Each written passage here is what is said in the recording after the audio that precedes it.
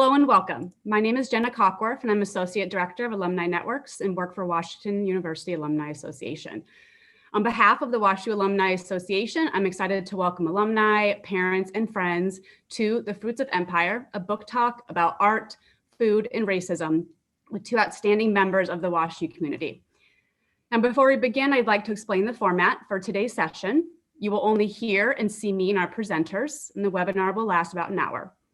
Following the conversation, we will have time for questions, and we encourage you to participate by asking questions at any time by typing in the Q&A box.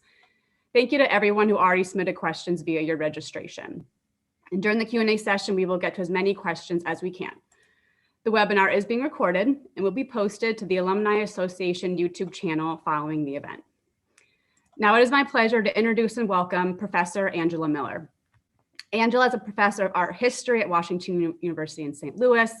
She's author of Empire of the Eye, Landscape Representation in American Cultural Politics from 1825 to 1875, and lead author, along with Janet Berlow, Brian Wolfe, and Jennifer Roberts, of American Encounters, Cultural Identity and the Visual Arts from the Beginning to the Present. She has published widely on the 19th and 20th century visual arts and culture, and her current book project, Countermoderns, is on the queer circle of Lincoln Kirstein in the years around World War II and has received funding from the National Gallery in Washington, D.C., the Metropolitan Museum of Art, and the NEH. So please join me in welcoming Angela Miller.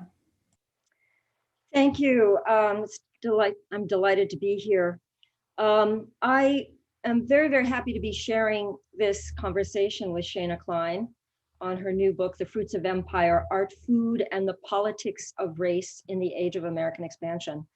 At the heart of this book, if I can just summarize it very briefly before we hand it over to Shana, at the heart of this book are representations of fruit in American paintings, in photographs, in advertising, and also in cookbooks during the decades when the nation was expanding into the West, into the South after the Civil War, and then beyond the national borders to Hawaii and the Caribbean. This is all material that is covered in the book. And one of these frontiers was fruit growing. I don't think any of us really understood until Shana's book how huge the appetite was Americans had for fruit, exotic and otherwise. So this fruit growing empire was one of the things driving American expansion. And the images that are at the center of the Fruits of Empire in turn link us to histories of racial minorities, those who worked on these lands and who also occupied them. And Shana's book tells the story of fruit, partly in order to raise questions about racial inclusion and citizenship in the nation as it expanded outward. Shana Klein teaches the history of American art at Kent State, and she holds a PhD in art history from the University of New Mexico, where she completed her dissertation and now the book on which we're focusing today. And she has been awarded, in doing the research on this book, she has been awarded fellowships from the Smithsonian American Art Museum in Washington, D.C., as well as the Georgia O'Keefe Foundation and Museum in Santa Fe, among others. Her research interests include American visual culture, food studies, which is a really vibrant emerging field within academics, race and post-colonial studies, and art and social justice.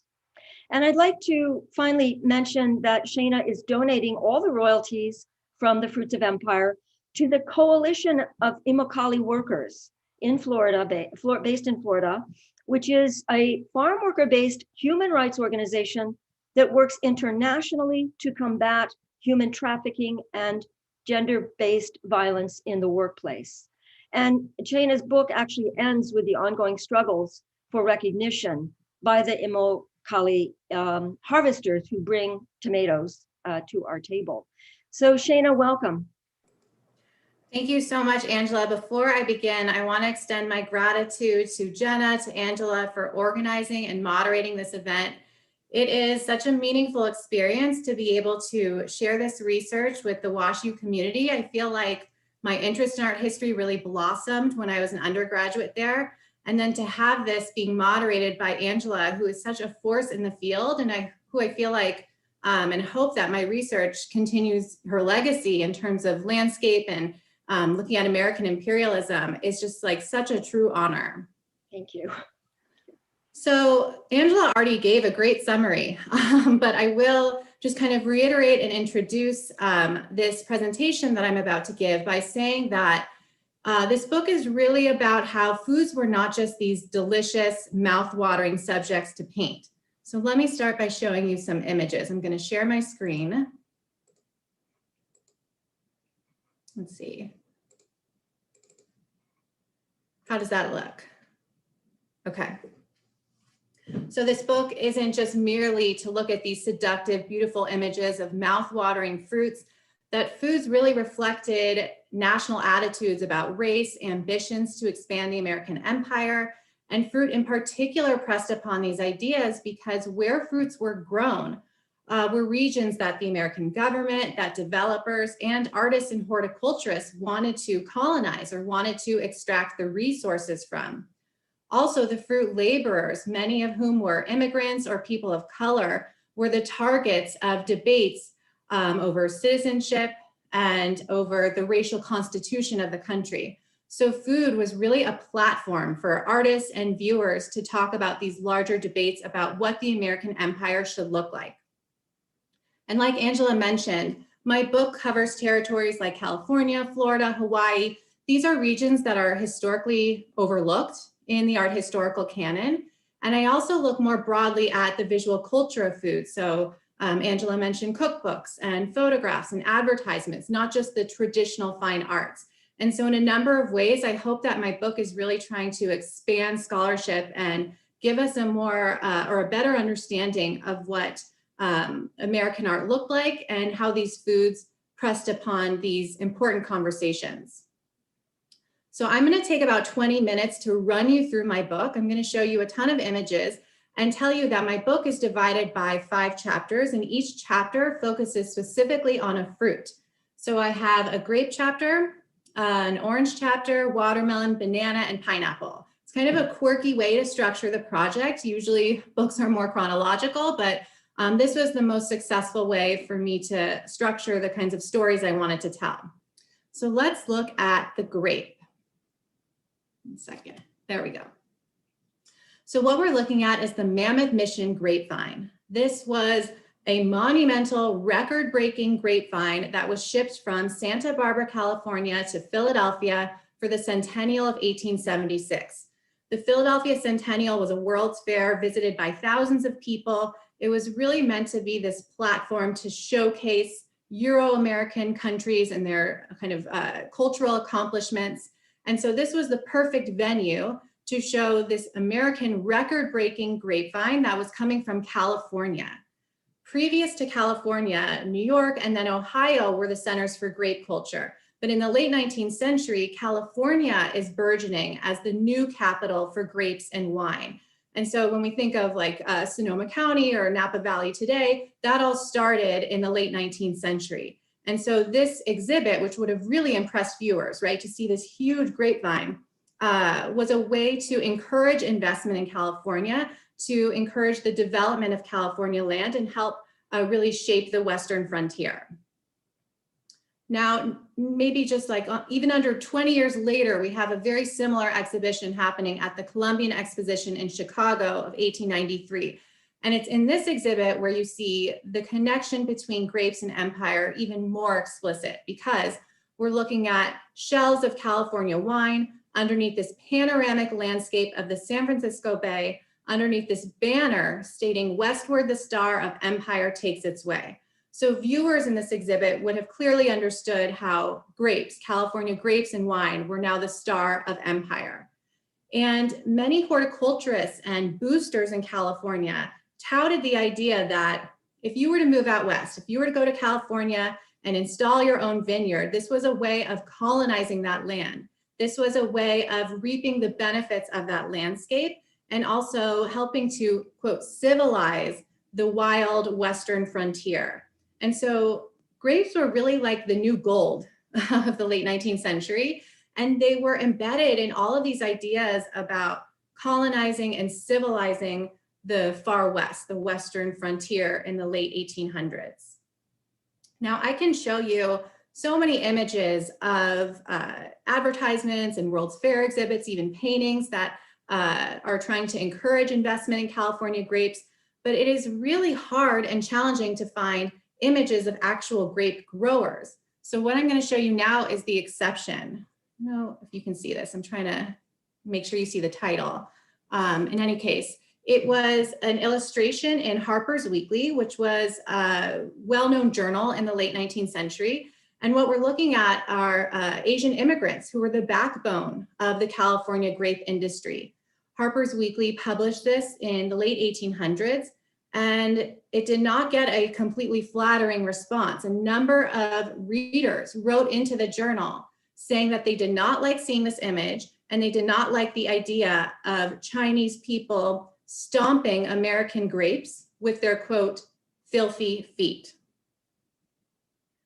Now, I take a pause there because I really hope that this first chapter in my book, Grapes, introduces readers to understanding how something as small as a grape could be racially charged, right? It could be racially loaded, and that grape growing and fruit growing at large pressed upon national debates about who should have the privilege or who has the purity, the cleanliness to cultivate America's foods.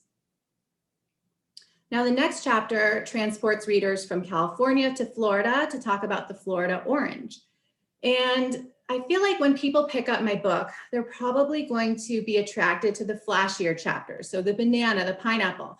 But in my opinion, it's my orange chapter that's my favorite. And I feel like this is where I make some of the most mind-blowing discoveries. So with the Florida orange, I reveal that it's not actually Southerners who are spearheading the orange industry, it's Northerners.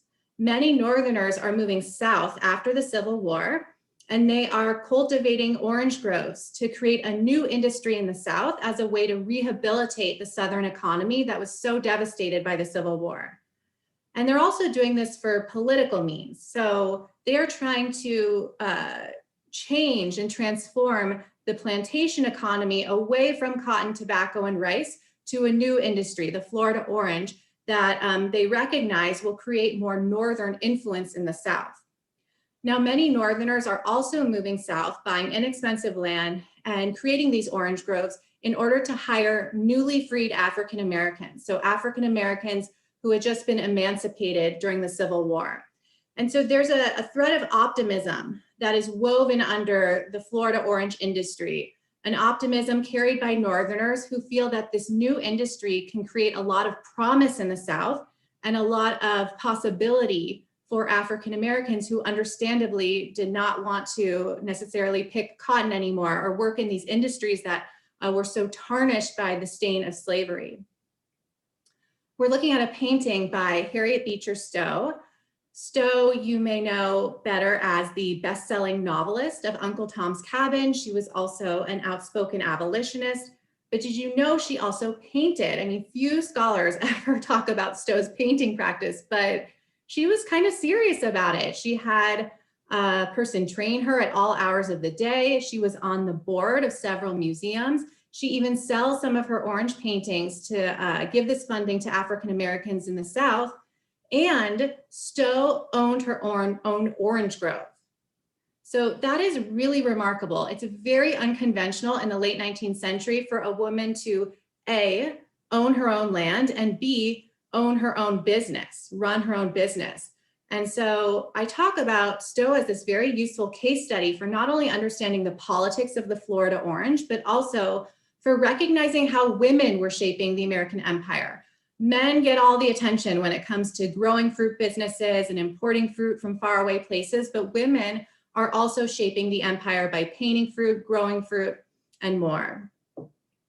In this chapter, I also look at these quirky ceramic sets. I love looking at these images. I think they're so funny. We're looking at saucers and plates and mugs that are modeled after the rind of the citrus fruit. They are branded with the word Florida on every surface. And so I'm thinking about how Florida circulates in the North during this time period, that it's not just through paintings of oranges, but also these orange souvenir sets that a tourist or a migrant to the South could bring back to their home, display in their dining room, and that this was another way of kind of rehabilitating the South, reincorporating the South. I say in my book, what better way to fold the South back into the Union than to fold its ingredients into cookbooks and into dining room displays, that this was a way of reassimilating Southern goods back into the Northern economy and the American economy at large. I also include photographs of African-American workers in the citrus industry because that industry was made possible by them. They were really vital to this profitable business. And a lot of these photographs show citrus labor as picturesque and idealized, when in reality, citrus labor was challenging. I mean, it was backbreaking work. And so I continue to think about the optimism that this industry carried, but also maybe some of the realities that were edited out of the picture plane. Okay, well, all the optimism that maybe the orange industry communicated in the late 19th century, that totally dissolves when you get to my watermelon chapter. My watermelon chapter was the hardest to write. It deals with the toughest material because it addresses the watermelon stereotype, which was a cruel and vicious stereotype that developed in the 19th century, not the 20th century, like most scholars assert, but in the 19th century, it was this trope that suggested African Americans have this insatiable lust for the fruit. So I can show you thousands of images of Black people drooling over watermelon, lusting after watermelon, even stealing watermelons. We're looking at a trade card advertisement here of a Black man who is literally transformed into the fruit, right? You see how his head has become the rind and the meat of the watermelon, that he doesn't have any of the dignity of, a person who's not caricatured. And so the word I use when I teach this in my classes is relentless. I tell my students that to understand how pervasive this stereotype was, you should use the word relentless, because the watermelon trope was indeed relentless. It was pervasive in the South, in the North, in the Midwest, the far West. There was no area in the country that didn't see the watermelon stereotype across paintings, photographs, advertisements, and more. It was that ubiquitous. And so these images were designed to suggest that African Americans did not deserve to be citizens, that they were an inferior race. And while I can display and show you, again, like I mentioned, hundreds, thousands of these images, it was much more important for me to use this chapter to think about how artists were rejecting the stereotype, or how artists were trying to combat the stereotype. And so I give the example of Charles Ethan Porter. He's a Black artist in the late 19th century. He would have had to overcome several obstacles to gain recognition as an artist, or to even train as an artist. A lot of American training grounds and academies prohibited women and people of color from studying there. So Porter is really a kind of exceptional example of a Black artist from the 19th century.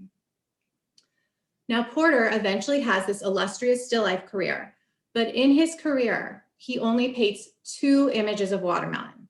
And to me, that's really revealing. Like, what must it have been like for a Black artist to paint the racially charged watermelon, the fruit that was so intensely attached to racist caricatures? And so I think it's revealing that he only paints it twice. And when he does paint it, you see a degree of violence in his painting. This is not your polite, genteel dining room picture. This is the watermelon on the ground, torn apart, broken into chunks. We have seeds that are knocked onto the ground that look like teeth, knocked from a person's mouth, perhaps. And so I wonder if Porter was maybe using this depiction to comment on the conditions for Black people in the Jim Crow era. He's painting this in the Jim Crow era, and perhaps this is his commentary on racial violence, because it would have been way too controversial for a Black man to be depicting racial violence in a more straightforward way.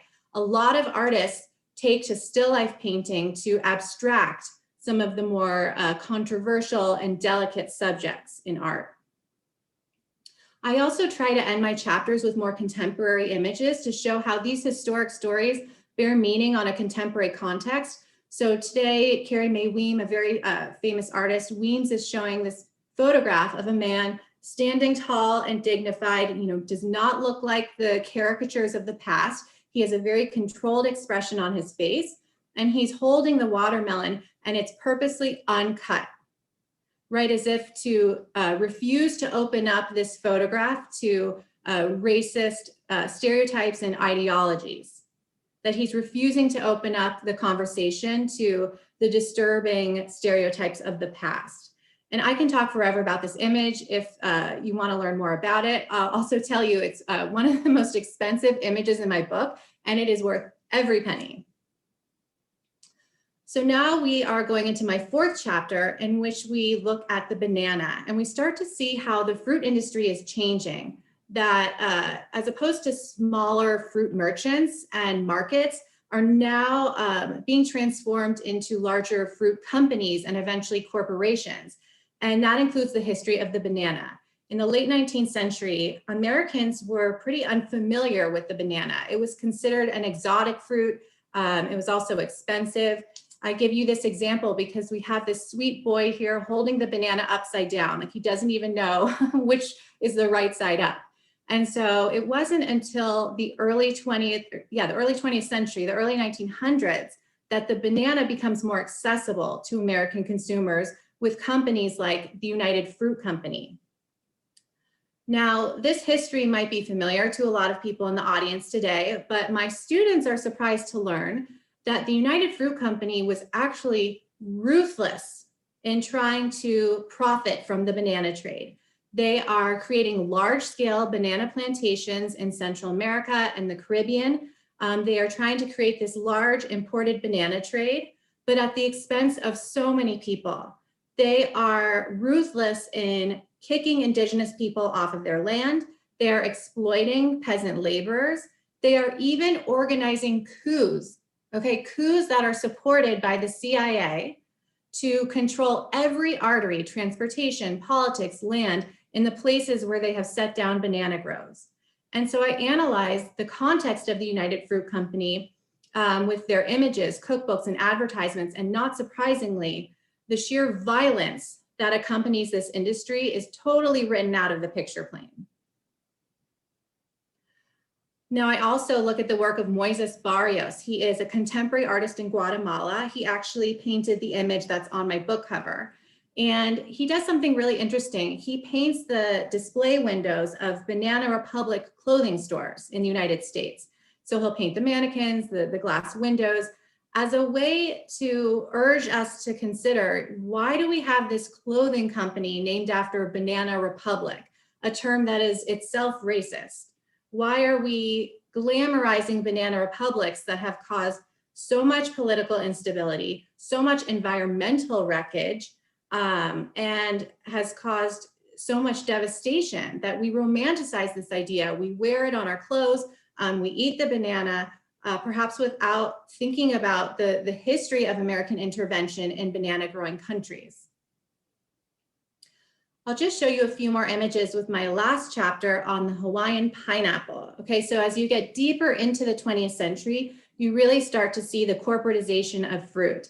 And that includes companies like the Dole Hawaiian Pineapple Company. And Dole was very clever to once again use World's Fairs as a venue for advertising their product. World's Fairs are visited by thousands, millions of people, and they are also such an important venue because this is where a lot of food products are advertised for the first time. So Aunt Jemima pancake, as well as Heinz ketchup, they were all advertised at World's Fairs in American history. And so here we're looking at this really funky sculpture of a huge 2-story tall pineapple made up of individual pineapples that would have impressed viewers and encouraged them to buy Hawaiian pineapple. Now, Dole was also pioneering in establishing brand relationships with artists. I mean, we think of this today as so obvious, celebrities or artists who are working with companies on their advertising campaigns, but this was kind of new in the 1930s. And so Dole commissioned artists like Georgia O'Keefe, who was famous in the 1930s, she was famous by then, to paint an image of the pineapple as part of their advertisement. I'll stop here just to tell you a brief story about OKeefe and Dole because they had kind of a tense relationship. Dole sends OKeefe to Hawaii. She's there for about 2 months. And while she's there, she requests to stay on a banana plantation with workers. The company rejects her request, probably because they aren't treating their workers so well, and there's a lot of unrest at that moment. And OKeefe is kind of bitter about it. This is how the story goes, at least. And so she flies back home to New York City without ever painting a single pineapple. And that's what she was there to do, essentially. Eventually, the company ships and sends her a budding pineapple on an airplane to her penthouse apartment in New York City. And they eke out this painting of a pineapple. This is like the more scandalous version of how the story goes. But I tell you that because once again, we're looking at images that don't necessarily communicate these histories in an obvious way. And so much of my practice as an art historian is obviously to be trained in close looking, to visually analyze an image and all of the decisions that an artist is making in that image. But so much of my artistic practice is also to read outside the image and what has been omitted, whitewashed, or sanitized from that depiction and why it might be purposefully edited out. And so this is one history that I think you wouldn't necessarily read in that image immediately. By the 1950s, Dole is using the Hawaiian pineapple and their advertising campaigns to go hard for Hawaiian incorporation. So Hawaii is not incorporated as a 50th state until 1959. And Dole has a lot to profit from Hawaiian incorporation. And so they're using their ad campaigns in order to win public favor for incorporating Hawaii. And this was necessary at a time when a lot of Americans have mixed feelings about incorporating Hawaii as a 50th state. There are many Southern congressmen who believed that Hawaiians were not ready for citizenship, that they were not deserving of it, and that Hawaiian people were too racially diverse or culturally incompatible with Americans on the mainland. And so images like this that show a Hawaiian woman with a pineapple pinned to her sleeve, a pineapple planted in her hair. She is almost bowing down in reverence to this Dole Hawaiian pineapple water tank. These images would have communicated to viewers that Hawaiians were ready for citizenship, that they were showing their allegiance to America and by extension to American companies. So I'll end my talk there. Just a big takeaway: images of fruit are not as innocent or maybe straightforward as they seem, right? That they have a lot more to do with triggering and sparking conversations about how big the American empire should be, who should be incorporated into that empire. I'm also including this discount code because academic books are tragically expensive. So if you are interested in investing in this book, please use this discount code. And then you can also follow me on Instagram at The Fruits of Empire. Once a week, I post an image of food in art and I dissect it. So it's a fun way to connect with me online. Thanks so much. Shana, thank you. Thank you so much. It was a terrific, terrific introduction. And, you know, it's so fascinating to glimpse the ways in which visual and material culture really served as such powerful instruments of empire, as well as of the ways in which the nation really racialized certain ethnic groups within our own very beleaguered multicultural democracy, aspiring multicultural democracy, that racialization process that's so tied up with the history of fruit that you tell. But also the other story about how artists resisted those imperial images. I think that's equally important and valuable. So I want to ask some questions that ask you to think about how to connect this history with what's going on in the present, with what I think of as the food industrial complex that has been in place for some time, but just a kind of way of a quick label to signal the way in which most of us get our food. And I'm afraid that today, many people, most people perhaps, have no idea where their food comes from. Right. Or who produced it. And that's certainly not true of much of our history when Americans knew exactly where their food came from and who produced it. So this seems to me to be a really significant historical shift, and one that I think that historians have not paid enough attention to. So this is part of the value of your book. So the story that you're telling is really tied up in the shift from a nation of producers to a nation of consumers. And that operates certainly on the level of food. And this takes place over many decades, but primarily after the Civil War. So my question is this: when do you think that Americans began to stop asking where their food came from and who produced it? At what point does that, shift really take shape? Well, first of all, you put that so beautifully. I wish I could have written that in my book. The idea that this is about a nation of producers becoming a nation of consumers. Like, that so succinctly describes what this project is really about. And I think that I certainly feel divorced from my food today. I go to the supermarket. I'm located in Cleveland, Ohio. And one week my avocado is coming from Mexico. Another week it's coming from California. And so I feel like with this vast global network that we have in food production, that terrain is always shifting. And this is certainly rooted in what's happening in the 19th century. While for the big chunk of the century, most Americans are what I call agriculturally literate, meaning they can look at a painting of grapes and tell you where that grape's coming from, who was likely producing it, and in what season it was grown. Whereas today, I can look at a still life and tell you nothing about it. Like, I don't know in what season that fruit is grown or where it's being grown and who's growing it. And so in essence, what I'm experiencing is what some people call deseasonalization. So another example, I go into my supermarket recently and there are mangoes for sale. Like, there is no reason why I should have access to a mango in the dead of winter in Northeast Ohio. That we have modified nature to such an extreme that we can now access foods far outside their natural climate, their season, or the region that they were indigenous to. And I even use the term nature kind of loosely because that's a slippery word, like when you think about nature as a social construction and what's really natural. But all that is to say that even though Americans were more agriculturally literate in the 19th century, they still had to ask questions like, where was their food coming from? With the industrialization of food, with food coming from further and further away, those lines were starting to get blurred. But also in response to your question, I would argue that we never stopped asking where it's coming from, but rather it's become harder to determine where it's coming from and who's producing it. That's great. That's fascinating.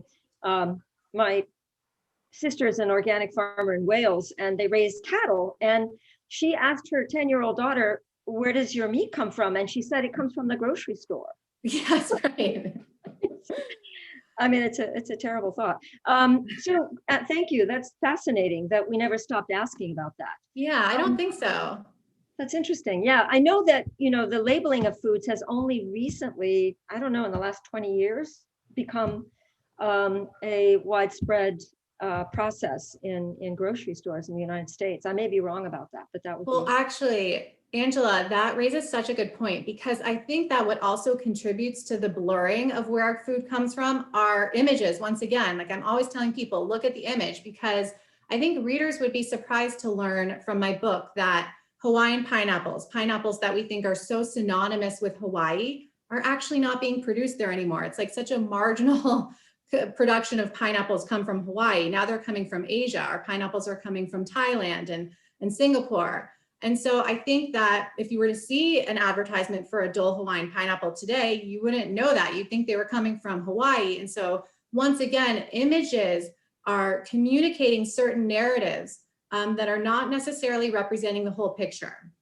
Yeah, that's fascinating. And that takes a lot of research to get to follow that to its source. Yes.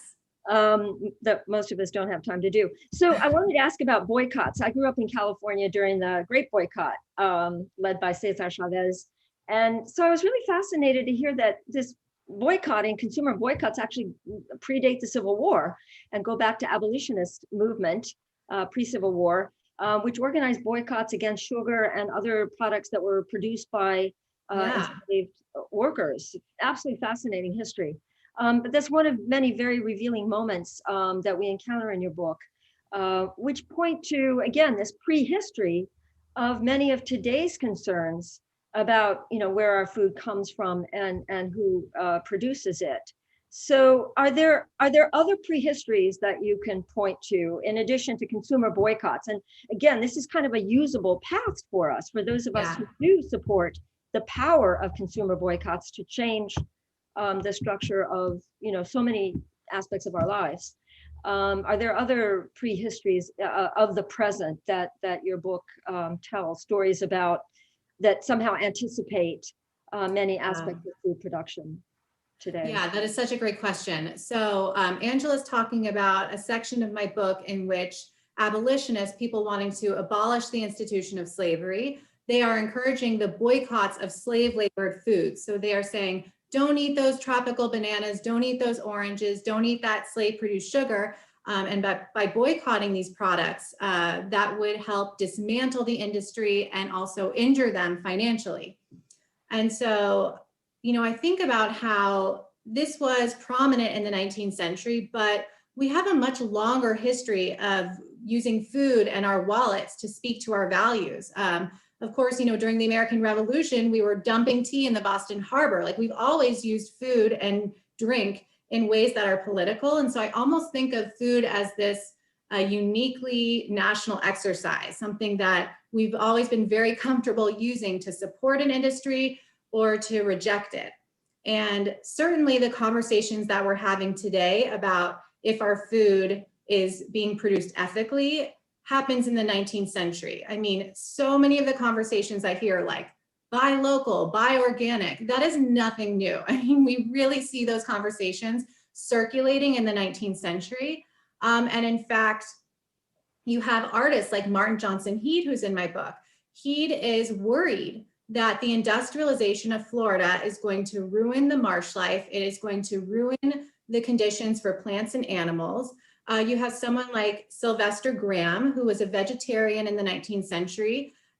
Graham also invented our graham cracker. And he was concerned that our food was being adulterated and corrupted and would, in essence, corrupt our moral character. And so conversations about the ethical treatment of animals, about the ethics of food workers, as well as, conversations about the environment are so nothing new and are really cyclical. These are conversations we've had since the 19th century and I'm sure before. Well, that's such a wonderful and important historical lesson, I think, about, this holistic understanding of where food comes from and how it ties to so many issues that today, soil, everything from soil health to, as you say, sustainability, climate crisis, environmental justice, animal rights, bad health outcomes and so forth, really. Yeah, and actually, and what you just said reminded me that a lot of abolitionists also, in order to disable the slave-powered industries, claimed that plantations were causing soil erosion, that we stop slavery because the soil is becoming bad and they're not, doing justice to the natural world. I don't know whether or not that was true, but yeah, these are things that people are thinking about in the 1800s. Yeah, thank you. That's fabulous.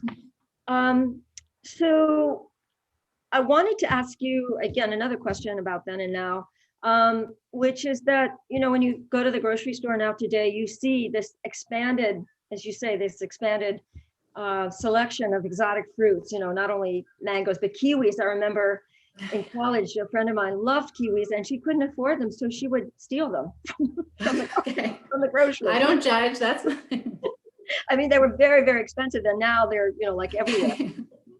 But also dragon fruit and guavas and passion fruit and so on. And none of these, of course, were available a half a century ago, I don't think. Not on a mass scale, no. Yeah. So have you thought about what tales of empire one might tell about those exotic fruits today?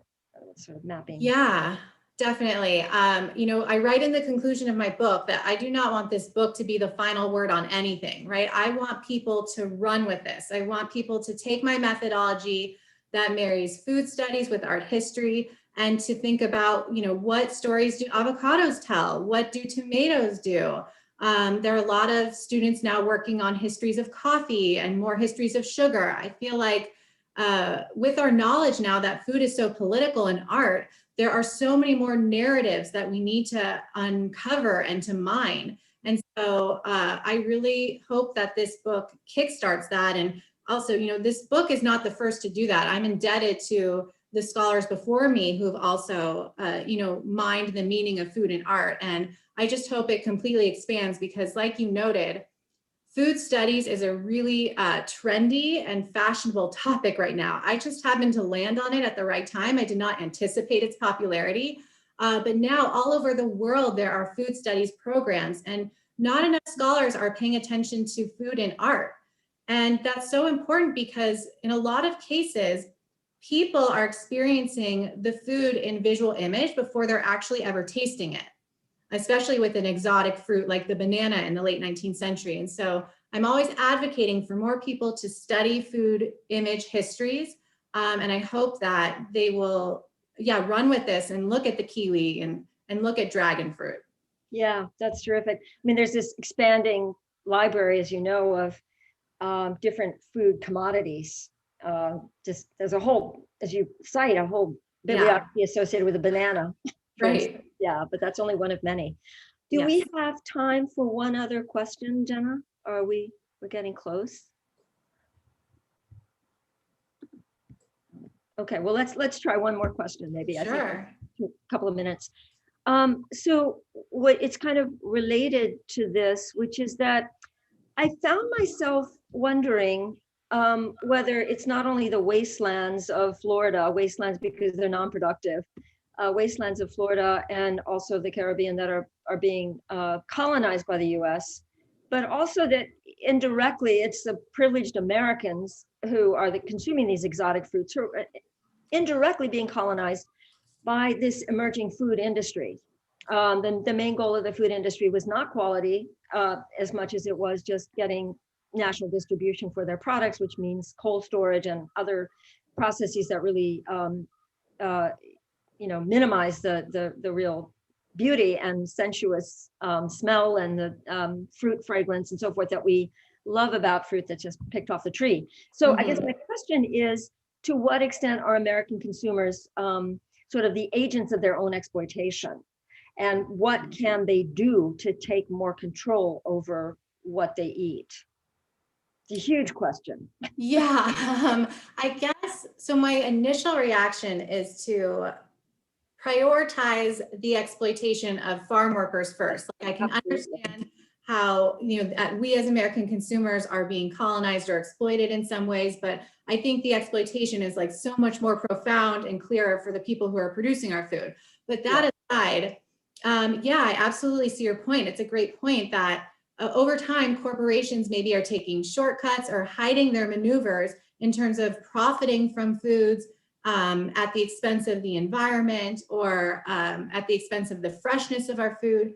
But as I grow older, I'm also trying to complicate this narrative. Like, I don't want to just say that corporations are all evil and they're just bad, bad, bad. Like, I wonder if it's more nuanced than that, and that what good have they done? Like, corporations have also made these foods so much more accessible to us. They've made them less expensive. They've also, in some regions, helped improve facilities there, hospitals and educational opportunities. But I say that with a huge caveat because I'm always asking, yes, they're making, say, the pineapple less expensive, but at whose expense? And what cost? I'm always asking those two questions: at whose expense and at what cost? And thinking about the second part of your question, what can we do to take control over our foodways? I have kind of an unsatisfying answer. I don't feel very empowered as a consumer. I try to buy fruit that have the Fair Food stickers. I follow the Fair Food program. They are great advocates for making sure that abuses are eliminated on our fields and farms. They are always advocating for farm workers' rights. I also write often to my congressmen. I have them on speed dial. I'm not sure how much of an impact that's making, but I talk to them a lot about what I feel like we need for our agricultural workers. And I'm also boycotting a number of institutions. I'm boycotting Wendy's right now, which is controversial to say because I think they're an Ohio corporation. But I admit to you that I'm like kind of a lazy boycotter. It's easy for me to boycott Wendy's because I don't eat Wendy's normally. Like that's not a sacrifice for me. I don't eat fast food really. So yeah, I don't have like great alternatives or solutions yet.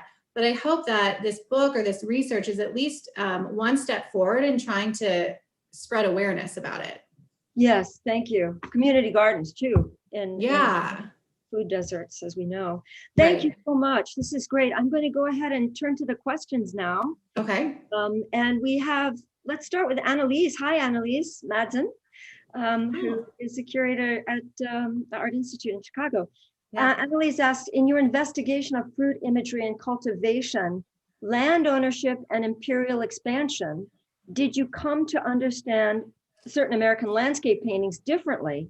Did any emerge as fruit pictures to you entangled in these narratives? If not, obviously so. So connecting. Yeah.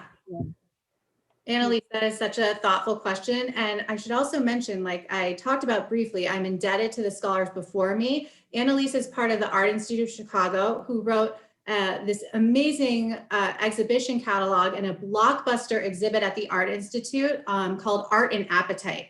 And that really laid the foundation for this book and for my studies.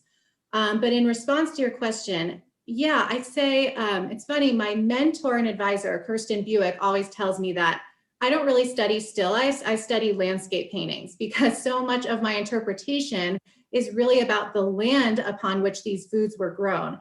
And so I've absolutely found new interpretations in landscape images, particularly those of Robert Duncanson. Duncanson is a Black artist from the 19th century, and he includes very unusual and deliberate cultivants in his images that I think speak to the time period that he's painting in, objects that are politically loaded, objects that reflect horticultural experimentation with hothouses and greenhouses. And so I've written some research about this, but I think that we need to look more closely at the kinds of trees and plants that we're seeing in our landscape paintings because once again, 19th century viewers were agriculturally literate and would have had a lot to say about what they were seeing in a landscape image. That's great. Thank you. Darice, stealing land, oh, well, actually, no, I skipped one. What is, could you give a contemporary example of racialization? That was actually my term, but I don't know if you use that, but racialization in today's food industry that I might recognize at the supermarket. In other words, connections to cultural histories to what we're eating, I guess. Well, if I understand the question correctly, I think that we're actually grappling with a lot of issues right now around brand images. So like Aunt Jemima pancake mix, the logo was recently reinvented because what we were used to seeing was an image of the Mammy figure, which was this like nostalgic plantation image of a Black woman with a red bandana, glorifying Black servants and domestic workers as part of the plantation economy. And so that corporation is trying to pivot and rebrand in that way. And then another story I've heard recently is when you go to Trader Joe's, they have a line of food called Trader Giotto's to sell their Italian products like tomato sauce and pasta. And there has been like negative feedback for that because they are capitalizing on a stereotype of Italian Americans. And so a lot of the conversations that we've had about the racialization of food in the 1800s still carries in the images that we see on our food products today. Wow, yeah, it's really calling our attention to what, to watch out for that, how that works. Doris, stealing land from indigenous cultures also creates dependence on corporate food production. Absolutely true in native cultures in the Southwest, where I come from. The Jones Act also affects the cost of living for Hawaiians and Puerto Ricans, who must now import their foods instead of growing their own foods. So this situation continues to this day. Are any Latin American nations successfully overcoming this dependency since the 19th century? What a great question.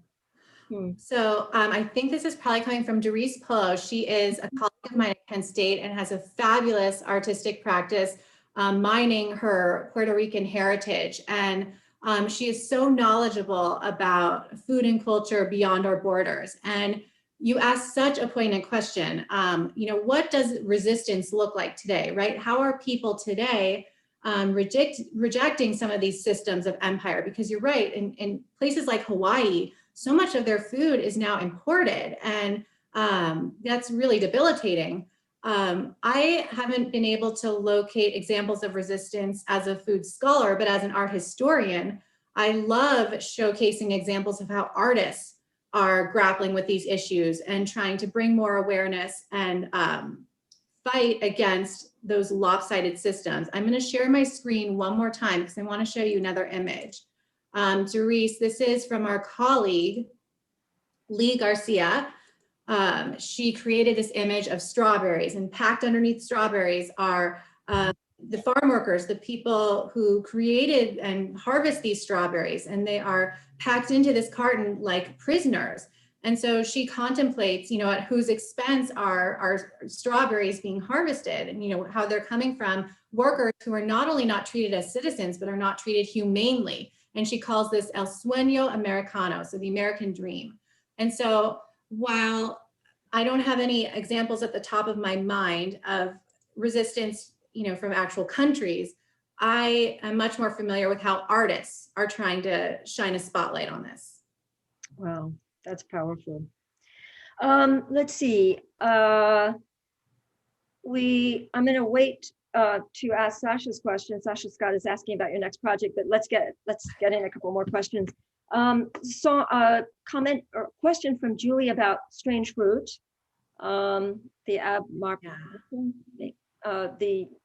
We all know the song about lynching. Yes. And it's such a powerful auditory evocation of racial violence.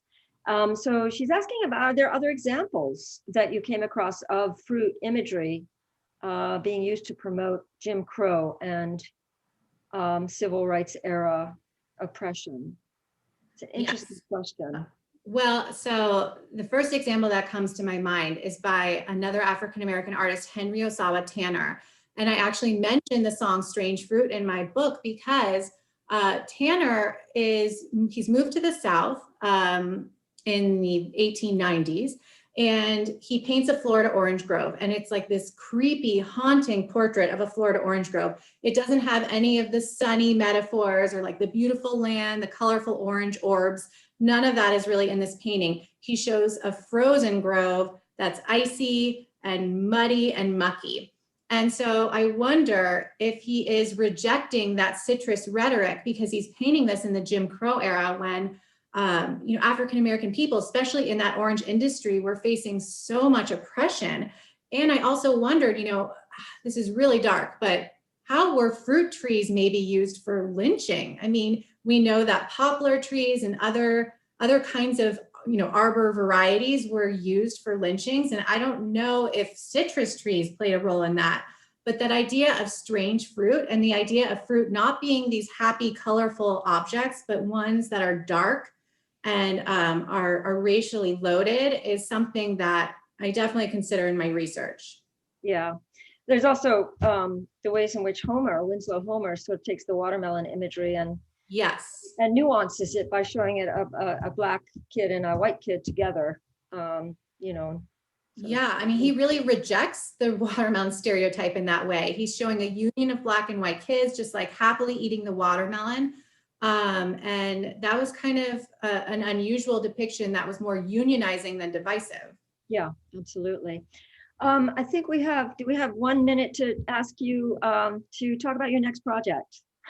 Sure. Yeah, so I think that on the horizon, I want to continue working with food studies. It's been so good to me, and I really feel like there's so many more interpretive possibilities that come from wedding food and art together. So I've become really interested in representations of milk, specifically breast milk. Now, stay with me. I know that sounds kind of strange, but a few years ago, I came across these images of Victorian women breastfeeding, so exposing their breast and breastfeeding in these photographs. And I just thought that was so strange. Like in the Victorian period, when stereotypically we think of it as this buttoned up culture where it was even impolite to show your ankle in public. You know, why were women exposing themselves in this way? And with an activity that is so intimate and also laborious.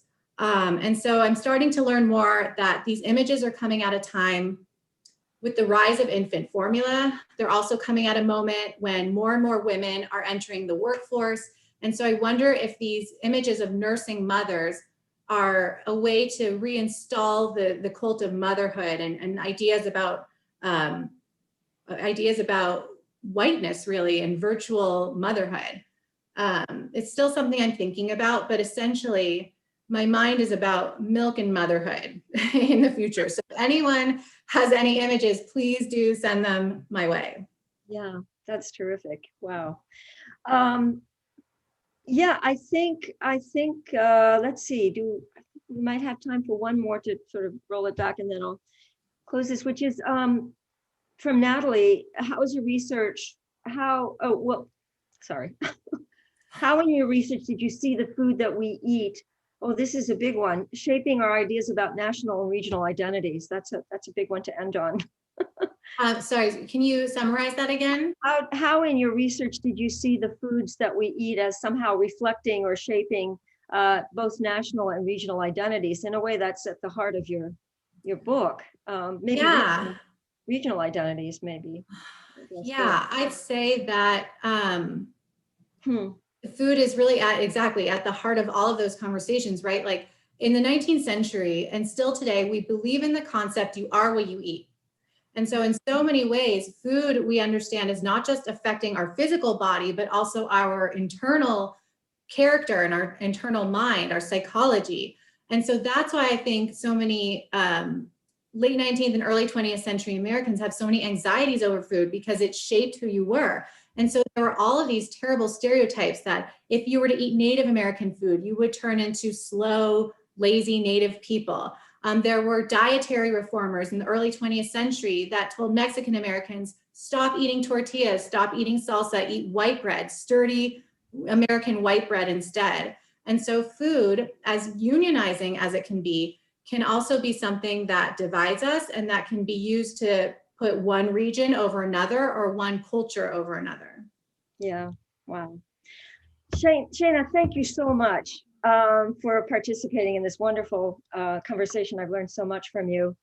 And we look forward to seeing everyone again for future programs. And we also encourage you to buy and read The Fruits of Empire. Thanks so much. If I could just reinforce, I am not making a cent from this book. All royalties are being donated. So absolutely. The best reason, another very, very good reason to buy it. The link is provided in the chat box for the discount. So stay tuned for upcoming events that are sponsored by the WashU Alumni Association. Thank you again to everyone. And thank you, Shana. We'll be in touch. Thank you, Angela. Thank you, Jenna.